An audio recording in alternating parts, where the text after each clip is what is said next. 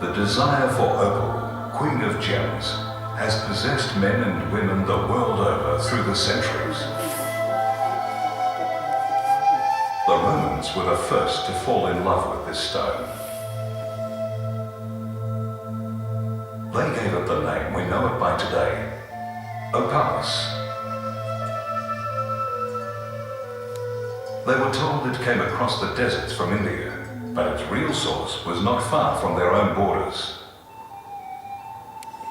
Deep in the untamed forests of Central Europe, at the foot of Hungary's Carpathian Mountains, peasants worked ancient, secret opal mines.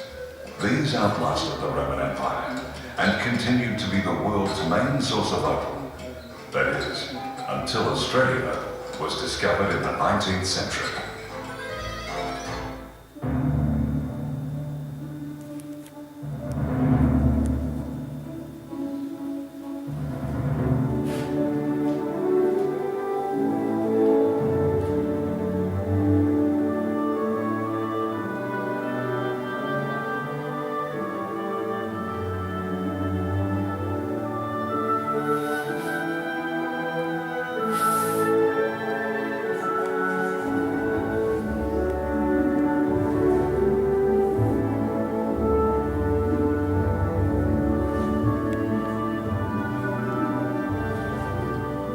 Australian opal is a child of the never-never. For in its babyhood, it paddled there in the shallow inland sea which covered our vast interior like a silver quilt. It grew, grain by grain, to the music of dripping water, true and unhurried, building up a glad-eyed, responsive nature. Like a bagpipe. Central Australia, 120 million years ago. The great inland sea, birthplace of opal. Prehistoric sea creatures lived in these waters.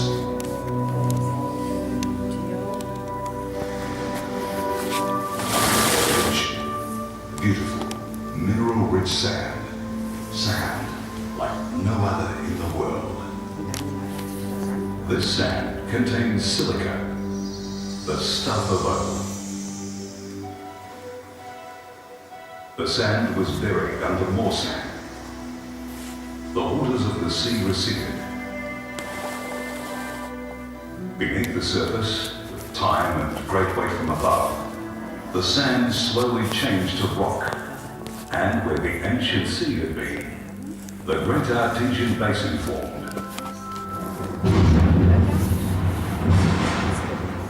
Storms struck.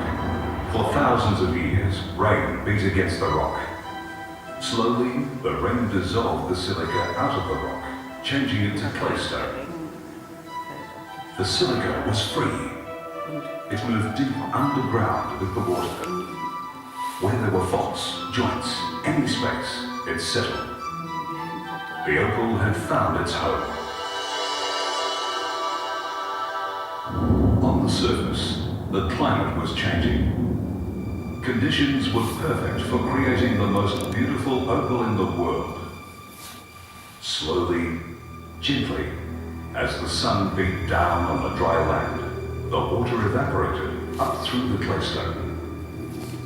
In the desert stillness, over tens of thousands of years, the water evaporated, and within the earth, the silica coalesced into perfect opal. minute amounts of water remained trapped within the gem, where they diffracted the light into glorious colour. The opal was born.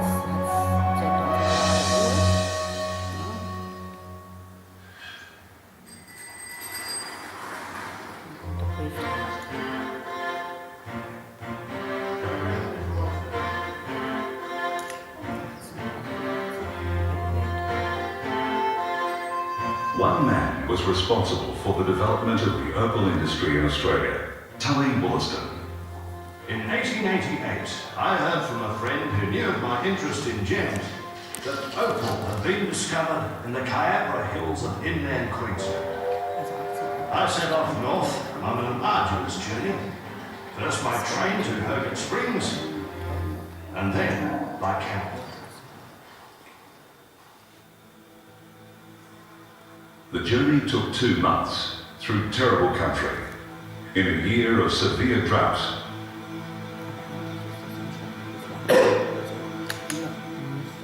December 27th, 1888. Heat awful. I had to urge my beast all day to make him travel at all, and walked on foot for as long as I could hold out. I shall, for as long as I live, remember that blood-red sun sinking over the blackening desert. That sickening hot wind fanning as it were in your hair. The smell of burning clay and burnt stones. And the sinking sense of stagger. Finally, in February 1889, he reached the lonely miners' camp. Mr. Bridle? Joe Bridle? Tully Wollaston? Very sad. Good to see you, mate. How are you? I've got something to show you, mate. Beautiful stuff. Have a look at this. The opal was good, beyond his wildest expectations. Wollaston knew he could create a market for it. That's damn good. It's the best I've ever seen. This was the beginning of the Queensland opal fields. It was the beginning of Australian opal. Kyabra Hills, 1889. White Cliffs, 1890. Lightning Wood, 1903.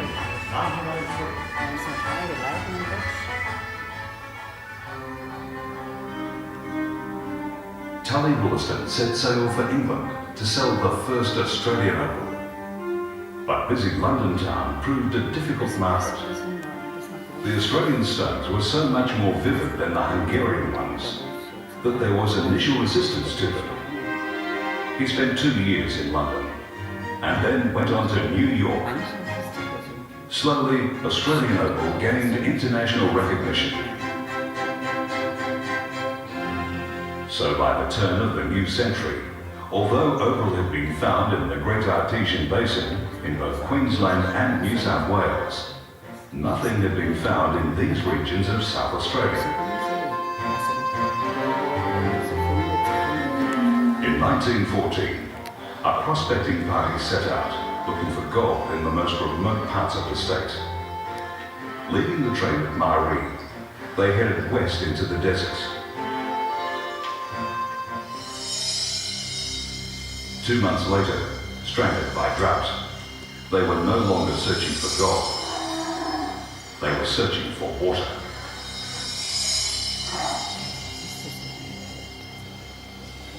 On February the 1st, 1915, they had camped at the foot of a bleak escarpment known as the Stewart Range.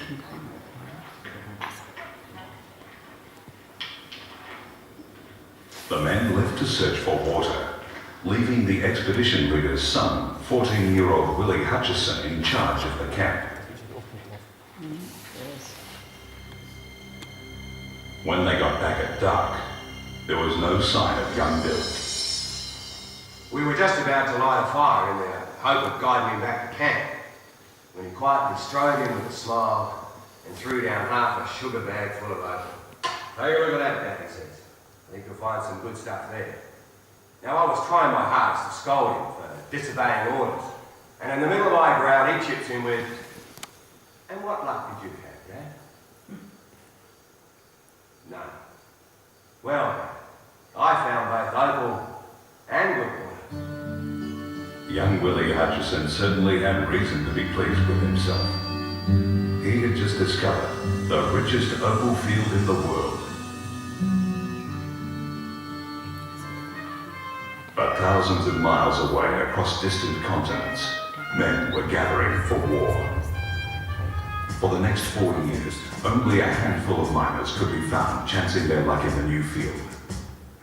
After the war ended in 1980, there was a rush into the diggings. These men had spent much of their time during the war digging trenches and dugouts, and were used to living underground. So, faced with a lack of timber, they simply dug into the side of hills for shelter. The Aborigines who passed through the area noticed this phenomenon.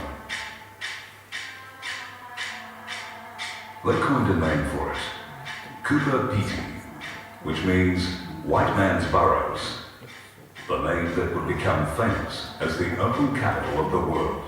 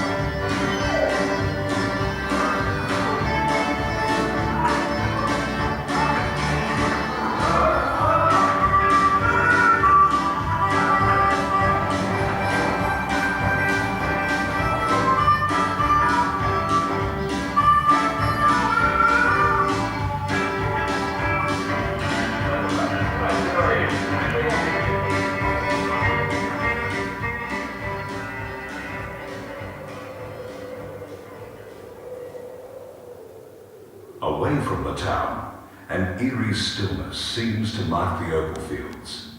We are in the presence of ancient secrets, locked away under layers of rock.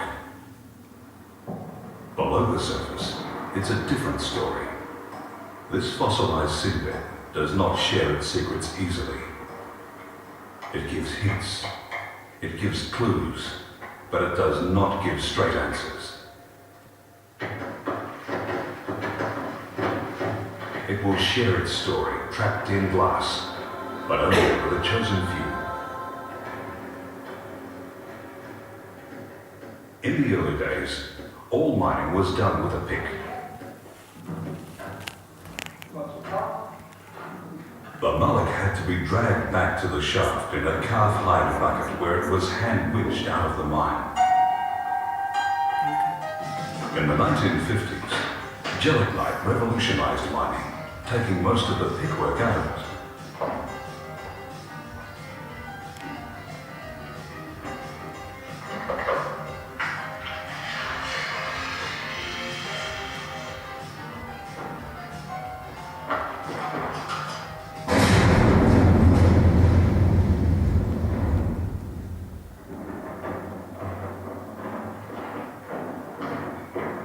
But the mullock still had to be moved by hand to the shaft and winched to the surface.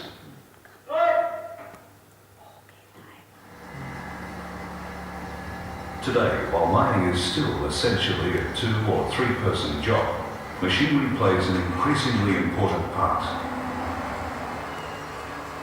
The shaft is dug using a core-well drill.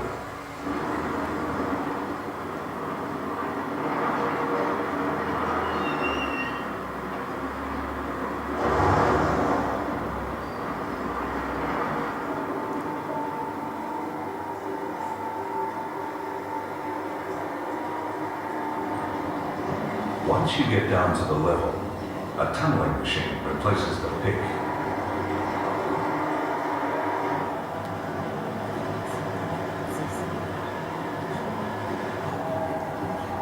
And instead of loading the mullock up by hand, These monstrous vacuum cleaners, a Cooperpedic invention, suck it up.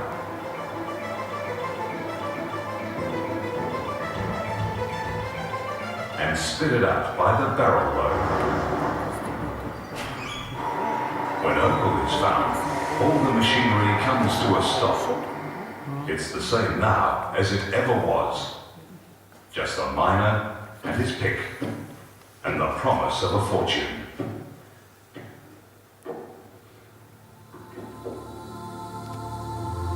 Oh my God, that's it. I feel it. That's it. Oh, it's beautiful. Opal has always had a special quality. A sense of being more than just a stone. A sense of containing the quickness of life. This has always caught the imagination of the world, as far back as the days of the great romantic novelist Sir Walter Scott and his heroine, Anne of Gerstein. In such moments, when her eyes sparkled, the opal clasp between her tresses shot forth its little spark or tongue of flame with an increased vivacity. Her maidens also said that when their mistress was agitated by any hasty or brief resentment, they could observe dark red sparks flash from the mystic brooch, as if it sympathized with the wearer's emotions. From the world of then to the world of now, opal has always meant romance, elegance, and style.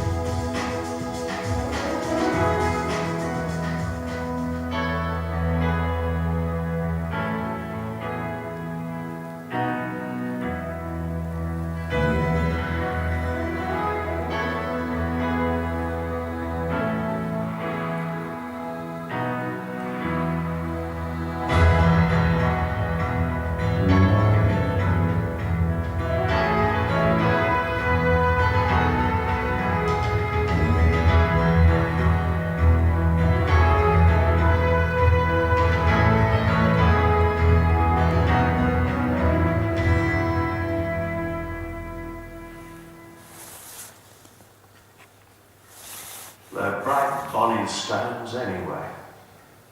And when one has lived and juggled with them for as long as I have, it is perhaps only natural that they should seem to be alive and almost as precious as a rose.